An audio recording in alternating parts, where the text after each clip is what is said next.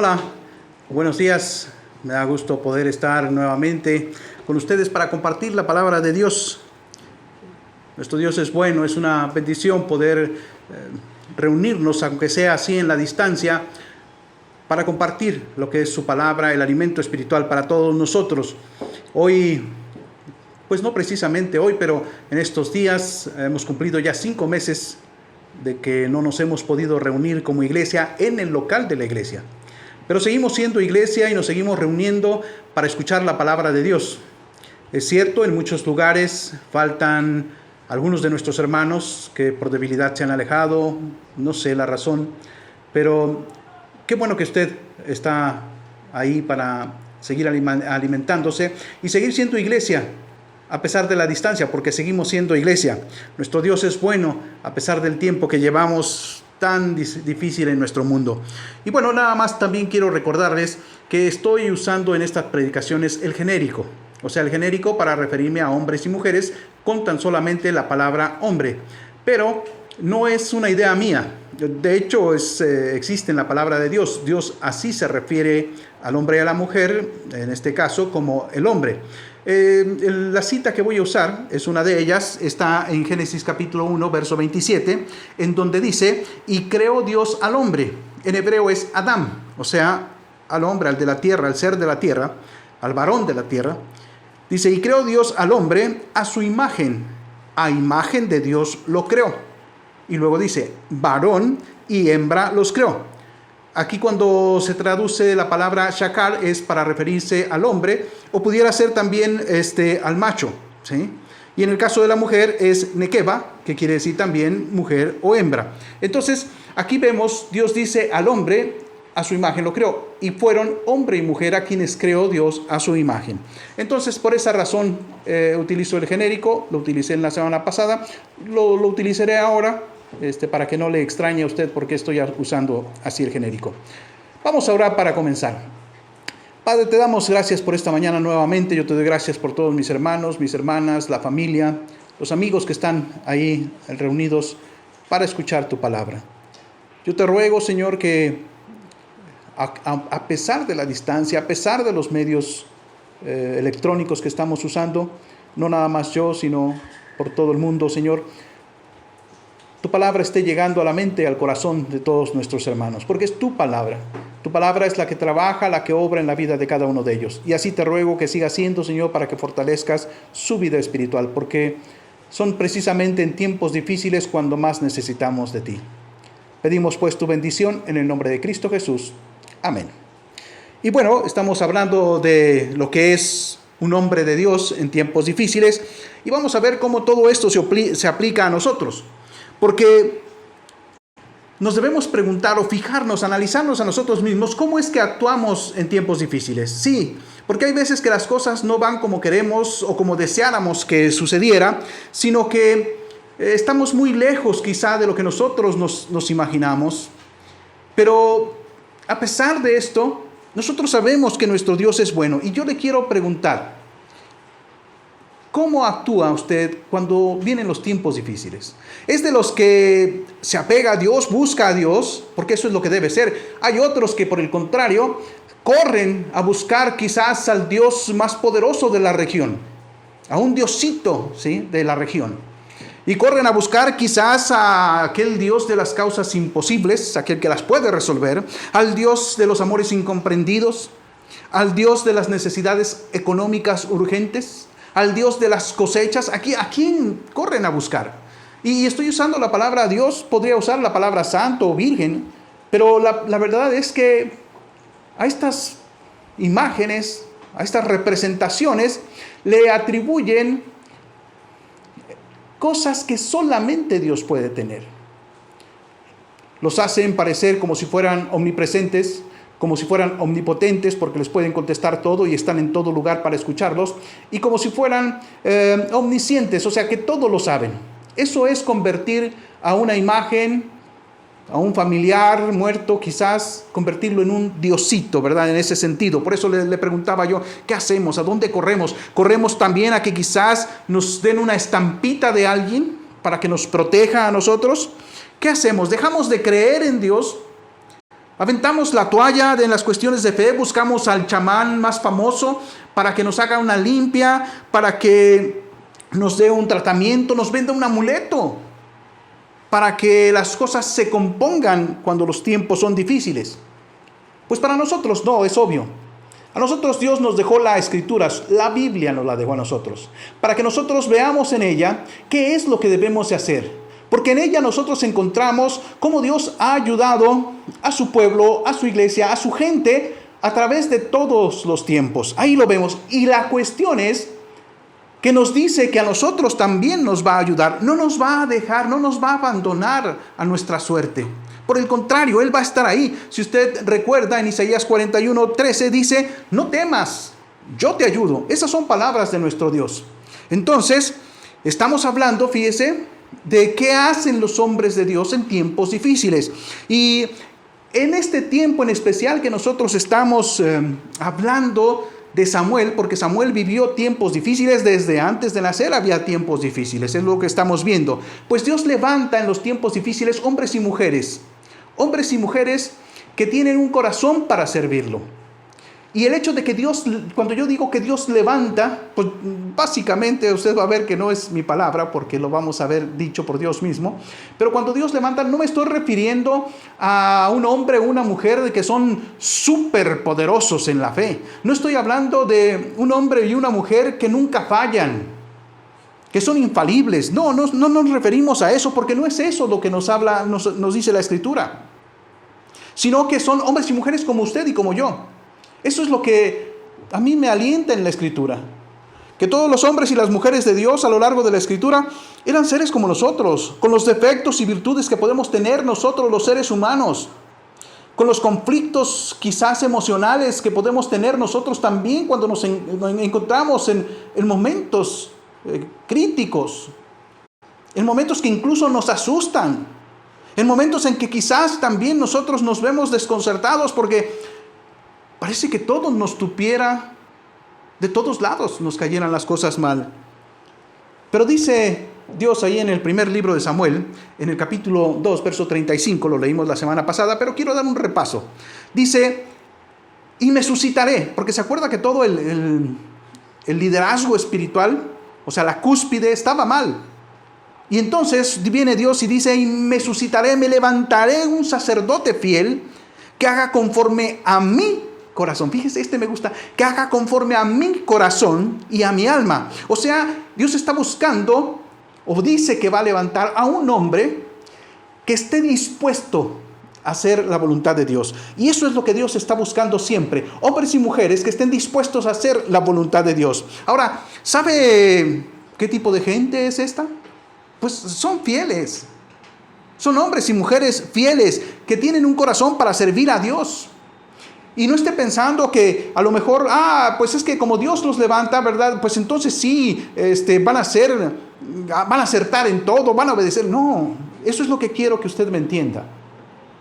Cuando Dios dice que va a levantar, es porque Él está buscando a un hombre o a una mujer, en este caso Samuel, ¿sí?, que Él decida por sí mismo. Porque fíjese, hemos leído también Proverbios en el capítulo 23, verso 26, donde dice estas mismas palabras, pero ahora pone la responsabilidad sobre las personas, porque dice así, dame, hijo mío, tu corazón, y miren tus ojos por mis caminos. Si se fija, es lo mismo que leímos en el primer libro de Samuel. Pero aquí está pidiendo que nosotros de nuestra voluntad le demos el corazón. ¿Y por qué el corazón? O sea, porque no se refiere a este músculo, lo hemos dicho muchas veces, no es este músculo que bombea sangre, sino que el corazón es donde está el asiento de nuestra voluntad. Ahí en el centro de nuestra voluntad, donde reinamos nosotros, Él quiere que nos quitemos de ese lugar y que no le dejemos ese lugar a ningún otro impostor para que se siente el Señor y tome el control de nuestra vida. Él lo que quiere es precisamente el centro de nuestra voluntad. En este sentido, Dios siempre está en la búsqueda de un corazón dispuesto. Él quiere un corazón dispuesto porque con un corazón dispuesto puede hacer básicamente todo lo que necesita. Otra vez, no está buscando perfección, hermano, hermana, está buscando dispuestos, corazones dispuestos.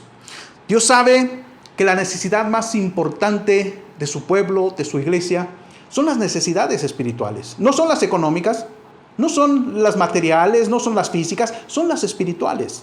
Porque hemos comprendido, si somos gente de Dios, del pueblo de Dios, hemos comprendido de qué se trata la vida. En Proverbios 11:14 nos dice la Escritura: donde no hay dirección sabia, caerá el pueblo. Como Dios sabe que tenemos necesidades espirituales, Dios levanta hombres y mujeres para que sirvan de guía, para que le den dirección a su gente, a sus ovejas. Entonces, ¿verdad? Así podemos seguirlo. Siervo de Dios, si no diriges con la palabra y con el ejemplo, puedes perder a los seguidores de Dios, puedes hacer que se pierdan. Padres de familia, si no están siguiendo a Dios en cuanto a palabra y a hechos, pueden perder a los hijos. Los hijos no los podemos engañar y ellos saben cuando nosotros estamos siendo falsos en nuestra relación con Dios, y entonces van a aprender a ser falsos. Por eso es importante este tipo de hombres que están dispuestos a hacer la voluntad de Dios. Sin la dirección sabia, todos estamos perdidos. Porque todos hemos tenido siempre a alguien a quien seguir. O sea, seguimos al Señor Jesucristo. Pero lo que tenemos más cerca de nosotros son precisamente estos hombres y estas mujeres que quieren servir a Dios de corazón. Esto es lo que nosotros encontramos y podemos seguirle. Ahora, eran tiempos difíciles, por una parte, en el sentido, dijimos, de que el sacerdocio, la cúspide del sacerdocio, estaba totalmente corrompida. Y entonces Dios, en el capítulo 2, verso del 31 al 35, nada más voy a dar 2 señalamientos. Número 1, dice que va a cortar el brazo de Elí y de sus hijos.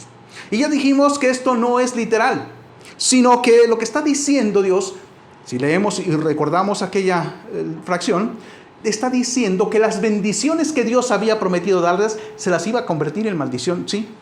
Así como lo oye, la iba a convertir en maldición. Porque con Dios nadie juega. Y Dios les había encomendado y nos ha encomendado a ustedes y a mí cosas importantes. Sus ovejas, sus hijos. Cosas importantes. Entonces, mira, cuando Dios cobra, puede cobrar de maneras muy difíciles, muy duras. Por eso la Escritura nos dice que Dios no puede ser burlado. Entonces, deberías estar temblando si tú eres de aquellos que dicen que a ti solamente Dios te puede juzgar. Deberías estar temblando si tú tomas como juego la obra de Dios, el ministerio que te ha dado Dios en tu casa.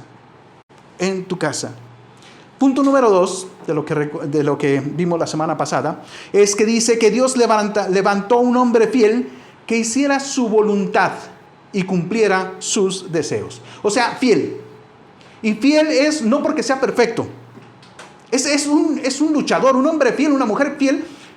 Es un luchador, va contra viento y marea. No está esperando que las cosas siempre se le pongan fáciles. Claro que todos necesitamos de tiempos de bonanza, de tiempos de paz, pero los fieles a Dios están dispuestos a ir contra el viento y la marea. No es fiel, es fiel no porque sea un superhombre o una supermujer. Es fiel porque está dispuesto a reconocer que cuando se equivoca corrige, que cuando se cae se levanta. Esos son los fieles. No estamos hablando de perfección. Quizá nosotros nos preguntemos, bueno, ¿de dónde sacan estos hombres la fuerza que se necesita para ir en contra de la corriente de este mundo tan corrupto? Porque la corrupción alcanza todos los niveles, todos los lados, hermanos. Y muchas veces yo le puedo decir, porque a veces pensamos que son cosas muy complejas. No. A veces basta un buen ejemplo. Un buen ejemplo a seguir para que uno diga, yo quiero ese que este hombre, que esta mujer tiene. O a veces ni eso, pero con saber qué es lo que Dios quiere de ti, cuál es el propósito de Dios para tu vida, es suficiente para que si eres un hombre o una mujer fiel, un hombre o una mujer de Dios en tiempos difíciles, entonces camines en dirección a la que Dios te está llevando. Porque hay muchos hermanos que se han perdido en la vida y entonces empiezan a buscar excusas y echarle la culpa a todo mundo porque por eso se perdieron, al pastor, al padre de familia, no sé, al vecino. Ay, es que yo me perdí porque a mí no me amaron. Ay, yo me perdí porque éramos muy pobres. Ay, yo me perdí porque tuve malos ejemplos. Esas son excusas, hermanos, hermanas. Eso es solamente para justificar sus decisiones, sus malas decisiones, para justificar su falta de responsabilidad, para justificar su debilidad. Porque el hecho de que otros fallen no debe ser nunca excusa para que tú sigas fielmente a Dios en tiempos difíciles. La semana pasada vimos a este Samuel que él tuvo ejemplos, sí, él tuvo buenos ejemplos de creyentes.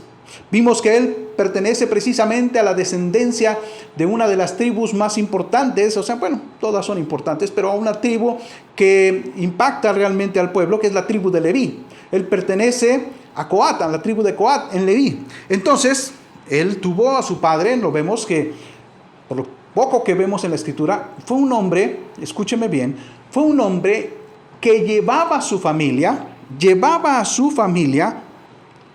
a los eventos que tienen que ver con Dios. Él los llevaba, dice, cada año a Silo. En Silo cada año se celebraban los sacrificios para Dios, la adoración a Dios. Y este hombre llevaba a su familia. ¿Cuántos de nosotros como padres de familia no estamos involucrando ni esforzándonos porque toda nuestra familia participe en las cosas de Dios? Y yo puedo imaginarme a Elcana, el padre de Samuel, que cuando el sacerdote está ministrando, él le está enseñando, mira, este sacrificio es por esta razón, esto se lleva a cabo así porque Dios lo quiere. Cuando derraman el vino sobre el altar, significa esto, enseñándole la razón de sus costumbres, la razón de su fe. Porque nuestra fe, hermanos, hermanas, no es una fe o no debe ser una fe irracional. Hay muchas razones para hacer lo que hacemos. ¿Por qué nos reunimos? ¿Por qué oramos? ¿Por qué leemos la Biblia? ¿Por qué estamos hoy escuchando la palabra de Dios a través de los medios electrónicos? Hay una razón. ¿Por qué no hacemos ciertas cosas? Hay una razón. No es nada más porque sí. Y todos nosotros debemos de saber las razones, conocer nuestra fe. Y es precisamente en la familia, como aquí en el caso de Samuel, donde se empieza a sembrar en el corazón de nuestros hijos lo que deben de hacer y por qué lo hacemos. Porque en el mundo mucha gente se va a burlar de la fe de nuestros hijos, como se ha burlado de la de nosotros. Mucha gente los va a llamar de manera grosera para tratar de atraerlos para que sean como ellos.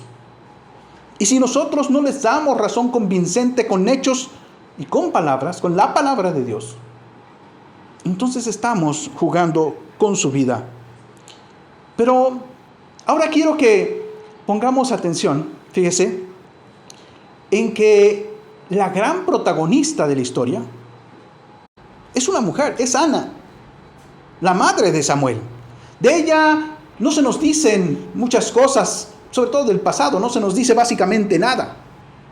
Pero lo que podemos saber nosotros de Ana es que también era descendiente de Leví, porque se casó con Elcana, es la mujer de Elcana. Entonces, esta mujer, Ana, fíjese, la podemos enmarcar en la historia. Ella vivió precisamente una generación después de Ruth. Nosotros, antes del libro primero de Samuel, tenemos a Ruth, y antes tenemos a los jueces. ¿Esto qué quiere decir, hermanos? Que el tiempo en que se está llevando a cabo esta historia, Dios nos está mostrando que es un tiempo turbulento, un tiempo oscuro, difícil para su pueblo. Porque no nada más es la corrupción del sacerdocio, sino que hay violencia sobre la tierra, hay guerras y rumores de guerra alrededor de ellos. Estoy seguro que también hubo enfermedades. Estamos viviendo todavía el tiempo de los jueces. Es un tiempo en el que cada quien hacía lo que bien le parecía. Pero ¿qué está haciendo Dios? Fíjese, porque la Escritura lleva un cierto orden, mostrándonos cosas. ¿Por qué no incluye todo en jueces? Sino que hay un libro que se llama Ruth, y hay un periodo en el primer libro de Samuel que tiene que ver con ese tiempo, porque Dios nos está mostrando lo que hace a favor de los suyos. Cómo está queriendo rescatar de periodos oscuros, de periodos difíciles a los suyos. Y eso, hermanos, nos debe de alentar porque Él también, Él nos dijo, yo te ayudo. Pero requiere de nuestra fe, requiere de nuestro ánimo.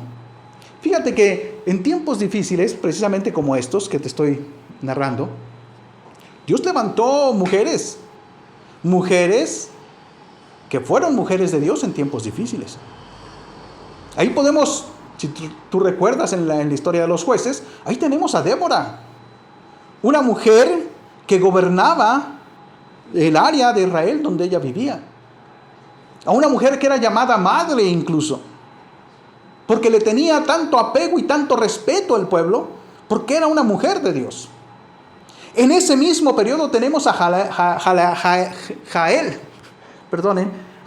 Tenemos a Jael. Esta mujer que se le llama bendita entre las mujeres por la tremenda hazaña que ella libró. Entonces, siempre hay también mujeres de Dios, como la misma Ruth y como Ana, que viven en tiempos difíciles, pero viven para honrar a Dios y para ser bendición de su familia. Mire, si vemos un poco lo que sí conocemos de Ana, nos daremos cuenta de esto.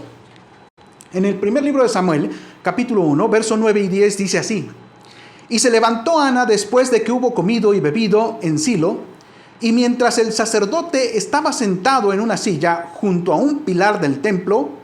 Aquí el templo no se refiere al templo de Salomón, le llama templo al tabernáculo, ¿sí? Al templo de Jehová. Ella con amargura de alma oró a Jehová y lloró abundantemente. Ella estaba padeciendo porque, si usted recuerda, pues ella no tenía hijos y ella quería un hijo y ella sufría y fíjese que no se quedó, en su casa a lamerse sus heridas, a autocompadecerse de ella misma. Ella lo que hizo es lo que debe de hacer todo creyente, lo que deben hacer las mujeres de Dios en los tiempos difíciles. Ella fue a orar, fue al templo. Claro, yo estoy seguro que Ana oró en su casa, claro que sí.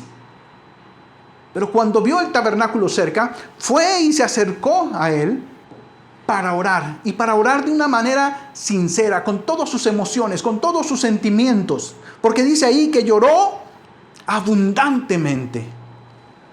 Fíjese entonces que orar no es nuestro último recurso, porque a veces dejamos la oración hasta el último. Orar es nuestro primer recurso. Y ella es lo que hizo, recurrió a Dios para que Dios supliera su necesidad. Es triste ver a aquellos que se llaman creyentes, que quizás usted ha conocido, que yo sí he conocido desgraciadamente, que en lugar de recurrir a Dios, han recurrido a los chamanes, a los brujos, a los hechiceros, a los lectores de las cartas. O sea, aquella gente que pertenece al mundo de las tinieblas. Ana no hizo esto, porque era una verdadera creyente. Ana fue y derramó su corazón delante de Dios. Ahora, pues Ana no recurrió a nadie, recurrió a Dios, pero yo con esto no estoy queriendo decir que no se puede recurrir a los médicos. Claro que se puede recurrir a los médicos, Dios no está peleado con la medicina. Pero lo que quiero decir es que primeramente el creyente recurre a Dios. La oración es nuestro primer recurso. Y puesto que Dios, como le digo, no está peleado con la medicina, pues recordemos simple y sencillamente que hay un médico famoso, un escritor de la palabra de Dios, de la Biblia, a quien Pablo le llamó el médico amado. Entonces Dios no está peleado con la medicina, se refiere precisamente a Lucas. Y aprovechando, déjeme hacer un paréntesis en este momento para darles gracias a todos los que están involucrados en la medicina, en los hospitales, en los consultorios, a los camilleros, a los que manejan las ambulancias, los administrativos, las secretarias, los recepcionistas, en fin, los doctores, las enfermeras, todos ellos que están haciendo algo muy loable en nuestro tiempo, que tienen el corazón, el ahínco, el tesón, la valentía de servir a pesar del peligro que ellos están corriendo. y ruego a Dios que los bendiga, y ruego porque tenemos hermanos y hermanas de fe que están ahí en el primer frente de batalla, honrando a Dios, sirviendo a los necesitados. Cierro el paréntesis. Ana es una mujer de Dios en tiempos difíciles. Recurrió a Dios antes que a nada, antes que a nadie. Y para apoyar lo que les digo, mire, de que Dios no está peleado con la medicina, porque luego hay veces esas doctrinas extrañas que andan pululando por todos lados, de que no, que si eres un verdadero creyente, que no tienes que ir con los médicos, que no te pongas el tapabocas, que no es cierto, la enfermedad no les hace daño a los creyentes. Falsedades. Dios puede usar la medicina para bendecir nuestras vidas, y de hecho lo hace cuando nosotros atendemos a las recomendaciones de los médicos. Pero déjeme decirle, hablamos de que hay gente que recurre a los chamanes, a los brujos, y de que hay gente que en lugar de recurrir primero a Dios, recurre a la medicina. Déjeme poner las cosas en su lugar. En el primer libro de las Crónicas, en el capítulo 10, verso 13 al 14, dice así: así murió Saúl por su rebelión, con que prevaricó contra Jehová, contra la palabra de Jehová, la cual no guardó. Fíjense aquí nada más, la palabra de Dios y Dios están en el mismo nivel. Si no obedecemos lo que dice la Biblia, no estamos obedeciendo a Dios. Y si no obedecemos a Dios, no estamos obedeciendo lo que dice la Biblia. Entonces dice, el cual, se refiere a Saúl, no guardó su palabra, y porque consultó a una adivina y no consultó a Jehová. Por esa causa lo mató Dios. Por esa causa lo mató. O sea, le quitó la vida. Y traspasó el reino de David, hijo de Isaí, a él. Entonces, mira, Dios fue muy paciente. Si tú conoces la historia, si has leído, Dios fue muy paciente con Saúl. Dios a lo mejor está esperando el arrepentimiento, como nos dice a nosotros, que Dios es paciente con todos nosotros porque quiere que procedamos al arrepentimiento. Pero llega un momento, hermanos, en que Dios tiene que poner fin a las cosas.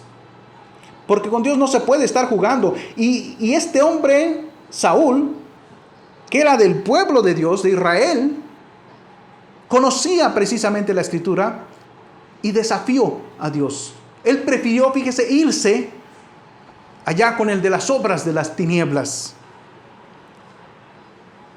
Y tiene que venir el castigo, tiene que venir la disciplina de Dios.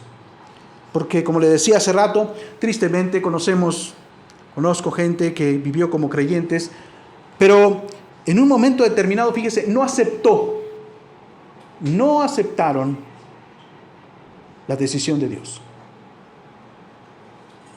No aceptaron la decisión de Dios.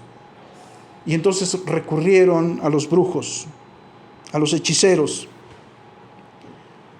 Y me surge una pregunta que yo creo que usted también. ¿Eran verdaderos creyentes? Podrían decirnos como excusa, es que estábamos desesperados. Pues precisamente para eso está la fe. Para no desesperarnos, para no perder la confianza, a pesar de los pesares. Precisamente para eso está la fe. Para que nosotros no nos alejemos de Dios y aceptemos su voluntad. Porque ¿cuántas veces Dios te bendice y nunca reniegas, no es cierto? Ahora que ha decidido que pasemos por estos tiempos difíciles o otros, o aparte de estos que ya llevamos otros más, entonces hay que renegar. La fe nos dice que no hay nada mejor que estar en la voluntad de Dios, de estar dentro de su voluntad. Entonces, cuidado con este mundo oscuro. Acercarnos a Él quiere decir, no aceptamos la decisión de Dios. En el segundo libro de las Crónicas, en el capítulo 16, del verso 11 al 13, dice así: mas he aquí los hechos de Asa, primeros y postreros, están escritos en el libro de los reyes de Judá y de Israel. En el año 39 de su reinado, Asa enfermó gravemente de sus pies. Y en su enfermedad no buscó a Jehová, sino a los médicos. Y durmió Asa con sus padres y murió en el año 41 de su reinado. 2 años después de que Asa enfermó y recurrió a los médicos y no consultó a Dios, 2 años después murió. Ahora, otra vez, no estoy diciendo que Dios está en contra de la medicina. Fíjese que Asa pertenecía al pueblo de Dios. Era rey. Y se enfermó y ni se acordó de Dios. Dice ahí, así básicamente, dice en su enfermedad, no buscó a Jehová. O sea, ni pensó en él. Inmediatamente pensó en, a ver, ¿cuál es el mejor doctor en este barrio, en esta ciudad, en esta región? Y se fue directamente con los médicos. Ese es el problema. No en que nosotros vayamos a la medicina, como le digo, bendito Dios nos ayuda a través de la medicina. El problema es no tomarlo en cuenta, no tenerlo en cuenta, porque se supone que Él es lo primero en nuestra vida. Y aquí la discusión no se trata, fíjese, de que si estos médicos eran o no científicos, ¿verdad? Que si eran chamanes, no sé, no se trata de eso. Lo único que quiero que vea es, lo que Dios está reclamando es que no se le buscó a Él. De hecho, nadie puede decir que no eran médicos científicos, porque la palabra en hebreo es Rafa. O sea, eran médicos, eran sanadores. O sea, se dedicaban a la salud. Así que, de ninguna manera, debemos entrar al mundo de las tinieblas. Porque sí, hermanos, hay veces, como le decía yo, la voluntad de Dios no es la nuestra en un momento determinado de nuestra vida. No siempre va a ser así. Y esto, cuando nosotros nos mantenemos fieles a Dios, pues Él decide. Y es lo mejor, su voluntad es lo mejor. No trates de comprar a Dios, porque hay gente que trata de comprar a Dios. Hay gente que quiere pactar con Dios, que trata a Dios como si Él fuera un comerciante, fíjese nada más. Y yo digo, bueno, o sea, ¿qué puedes negociar con Dios? ¿Qué puedes comerciar con Dios? ¿Qué le vas a ofrecer a Dios? Él lo tiene todo. ¿Le vas a ofrecer tu vida? Él es dueño de tu vida, de la vida de todos, creyentes o no creyentes. ¿Le vas a ofrecer seguir todo, obedecer todo lo que dice la Biblia? Mira, la Biblia es la palabra de Dios. Por lo tanto, es autoritativa. Y no está buscando tu condescendencia. No está buscando si tú te tienes contentamiento con lo que dice ahí o no. No, tienes que obedecerla. ¿Le vas a ofrecer a Dios entonces orar todos los días a cambio de? Pues mira, orar es un privilegio. Es la bendición que Dios nos da para que hablemos con Él y Él conteste a nuestras necesidades. Así que si no oras, pues estás perdiendo la oportunidad. Pero, ¿qué vas a negociar con Dios? ¿Qué puedes ofrecerle tú a Dios que Él no tenga? ¿Te fijas? Si Dios fuera un comerciante, escúchame, estaríamos en problemas. En serios problemas. Bendito sea el Dios vivo y verdadero, el Dios único, el Dios que tenemos.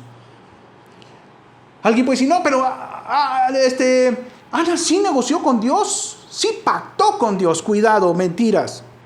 Cuidado con esos lobos vestidos de ovejas que te dicen que pactes con Dios porque Dios es un Dios de pactos.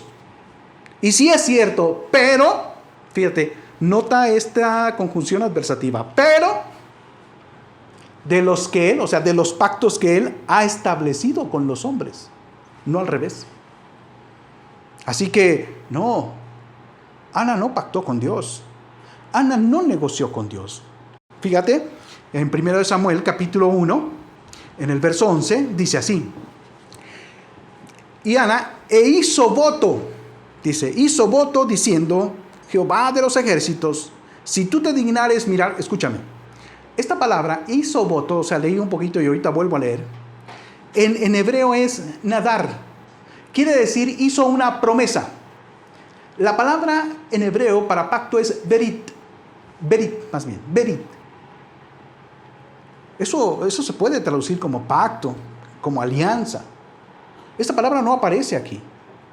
Porque Ana no estaba haciendo un pacto con Dios. Ana lo que hizo es una promesa a Dios. Fíjate, déjame leerte el versículo para hacer un comentario. Dice, e hizo voto, O sea, hizo una promesa diciendo: Jehová de los ejércitos, si tú te dignares mirar la aflicción de tu sierva y te acordares de mí y no te olvidares de tu sierva, sino que dieras a tu sierva un hijo varón. Ella lo que quería era un hijo varón, pero fíjese, yo le dije que esto no es un pacto, es una promesa. Fíjese que lo que está pidiendo no es para ella. Dice: sino que dieres a tu sierva un hijo varón, yo lo dedicaré a Jehová todos los días de su vida. Samuel, por descendencia, es sacerdote. Ya le pertenece a Dios. Es el que mediaba entre Dios y el pueblo y Dios. Pero todavía le dice: y no pasará navaja sobre su cabeza. O sea, lo iba a hacer un nazareo. Fíjese la promesa que está haciendo esta mujer. Lo iba a hacer un nazareo, no nada más un nazareo. O sea, un nazareo es aquel que, está para servir a Dios, para consagrarse a Dios. No se toca el pelo de su cabeza, o sea, porque no se corta. No puede tomar ni vino, nada, ni siquiera uvas. Entre las cosas que hacían los nazareos. Entonces, ella le está diciendo que le dé un hijo para dárselo a él. Pero no para dárselo como lo recibe, sino prepararlo para entregárselo a él. Fíjese nomás. ¿Está pactando? No. ¿Está negociando? No. Está pidiendo algo para entregárselo a Dios. Porque mucha gente hace esto cuando tiene que pedir por su negocio, por la prosperidad de su negocio, y le dicen a Dios: mira, yo te doy los diezmos y te doy las ofrendas. Óigame, escúcheme. Los diezmos y las ofrendas le pertenecen a Dios. Así de sencillo. Si me ayudas en mi negocio, yo ayudo a los pobres. Es un deber de todos nosotros ayudar a los necesitados. Te digo, si tú te fijas, cuando te hablan de pactar con Dios, es para tu prosperidad, no para la de Dios. Yo recuerdo una persona que, hasta enojada conmigo, porque yo le hablaba de la fe en Dios, un día se presentó enojado conmigo. Es un varón. Se presentó enojado conmigo porque Dios no le daba la lotería. Y ya le había dicho que no le iba a dar el 10%, que le iba a dar el 50%. Por favor, es absurdo. ¿Cuándo vas a poder tú negociar o chantajear a Dios con alguna cosa? No se puede. Por eso, Ana no hizo un pacto con Dios. Ana le hizo una promesa a Dios. Y déjame leerte algo más. En el 1 de Samuel, donde estamos, capítulo 1, versos 19 y 20, dice: y levantándose de mañana, o sea, después de que Ana oró, dice: levantándose de mañana, adoraron delante de Jehová, y volvieron y fueron a su casa en Ramá. Y Elcana se llegó a Ana su mujer, y Jehová se acordó de ella. Y aconteció que al cumplirse el tiempo, después de haber concebido Ana, dio a luz un hijo. Y le puso por nombre Samuel, diciendo: por cuanto lo pedí a Jehová. Ya tuvo su niño. ¿Qué pasó? Tú puedes seguir leyendo y te vas a encontrar con los versos 26 y 28 que dicen así. Ana se espera varios años, déjeme decirle rápidamente, se espera varios años y entonces no va a Silo con su esposo. Pero cuando ya pasaron los años, cuando ya destetó al niño, cuando ya no necesita de tantos cuidados Samuel, entonces regresa con Elcana otra vez a Silo. Y va con el sacerdote Elí y le dice así: oh Señor mío, vive tu alma, Señor mío, yo soy aquella mujer que estuvo aquí junto a ti orando a Jehová. Por este niño, lo lleva ahí, por este niño oraba. Y Jehová me dio lo que le pedí. Fíjese que dice lo que le pedí, no dice lo que pacté. Lo que le pedí me lo dio. Yo pues lo dedico también a Jehová. Alguien puede pensar: sí, pues lo vamos a enseñar, ¿verdad?, a que siga al Señor. No, esta palabra yo lo dedico a Jehová tiene que ver con su promesa de entregarlo al servicio del Señor. Y dice: yo pues lo dedico también a Jehová como lo prometió, no como pactó. Dice: yo pues lo dedico también a Jehová, todos los días que viva será de Jehová. Y adoró allí a Jehová. O sea, no le regateó y no le dijo: ay Señor, ahora me lo puedo llevar. Mira, sí, yo sé que te pedí y te dije que te lo iba a entregar, pero Pero es que estaba muy amargada, estaba llorando mucho. Mejor me lo llevo. De todos modos yo lo voy a enseñar en tu camino. No. Hizo un voto. Hizo una promesa. Y llevó a su hijo para entregarlo ahí, para dejarlo ahí. Ella se iba a regresar con su marido a Ramá. ¿Te puedes imaginar esto? Por eso yo te dije, no es pacto. Esto es un voto, esto es una promesa. Ella anhelaba un hijo, pero para que sirviera a Dios. Ella veía la corrupción en el sacerdocio. Y ella sabía que necesitaban un hombre de Dios. Y ella comienza a sembrar en su hijo. Comienza a sembrar y a verlo sirviendo realmente al Señor. Ahora déjame decirte algo más. Porque si yo te estoy diciendo no le creas a los que te dicen que pacten con Dios, tampoco andes haciendo votos delante de Dios. Lo puedes hacer si tú quieres, eso no está prohibido en la Escritura. Pero atención, dice en Eclesiastés capítulo 5, versos 5 y 6, entre uno de los versos, dice que si tú le prometes algo a Dios y no le cumples, es pecado. Entonces no andes haciendo promesas a Dios, mejor confía en su gracia. Confía en su gracia, en su amor, en su fidelidad, en su bondad. No andes negociando con Dios ni andes haciendo promesas a Dios. Cuidado, a menos de que la pienses cumplir. Ana, por esto que hemos visto, fíjate, Ana construyó un testimonio firme para que Samuel lo siguiera. Para que Samuel siguiera su ejemplo. Porque todavía hubo trabajo, que si Dios lo permite, lo veremos en la próxima semana. Entonces, casi por nada, por la influencia de los que rodean a Samuel, casi por nada, él fue un hombre de Dios en tiempos difíciles. Nuestras acciones como siervos de Dios y como padres de familia tienen grandes repercusiones en la vida de quienes nos siguen. Así que vamos a concluir en este momento. ¿De dónde salen los hombres y las mujeres de Dios? De un corazón dispuesto para seguirle y servirlo. Dios los está buscando. Dios te está buscando a ti. Dios quiere tu compromiso con Él. Él se comprometió contigo. Ahora quiere tu compromiso también. Él sabe cuánto se necesita que los hombres y las mujeres de Dios vivan la palabra y sean ejemplo de acuerdo a la palabra, para que otros puedan ir detrás de ellos a seguir y servir a Dios. ¿De qué se nutren? Se nutren sobre todo de los buenos ejemplos. Se nutren de los siervos de Dios que se mantienen fieles en el camino a lo largo de su vida, y se alimentan también del ejemplo de sus padres que sirven al Señor también todos los días de su vida. ¿Ve usted la importancia de ser un hombre de Dios? Espero que ahora que vivimos tiempos difíciles, ahorita que hice yo la pregunta, en su corazón haya hablado con Dios y le haya dicho como Isaías: heme aquí, Señor, heme aquí.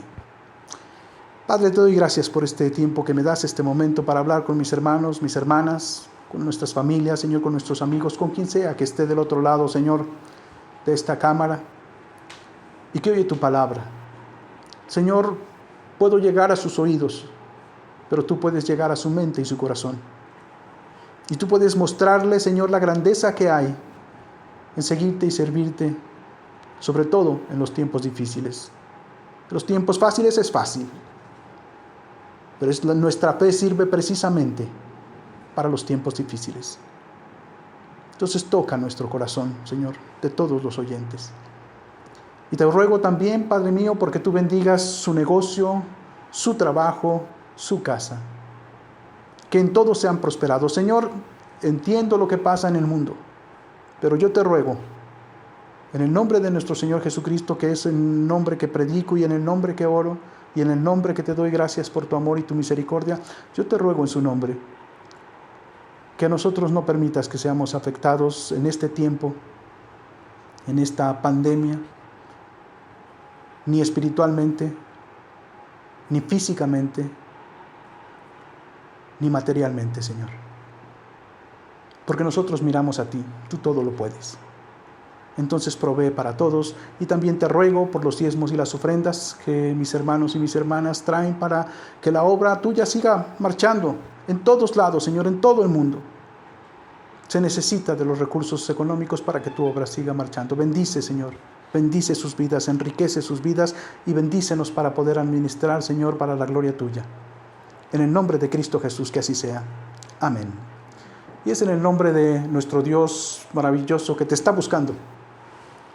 Que Él te guarde del mal, te aparte de los peligros y te prospere en todo lo que tú haces. Así te bendigo en el nombre de Cristo Jesús. Amén.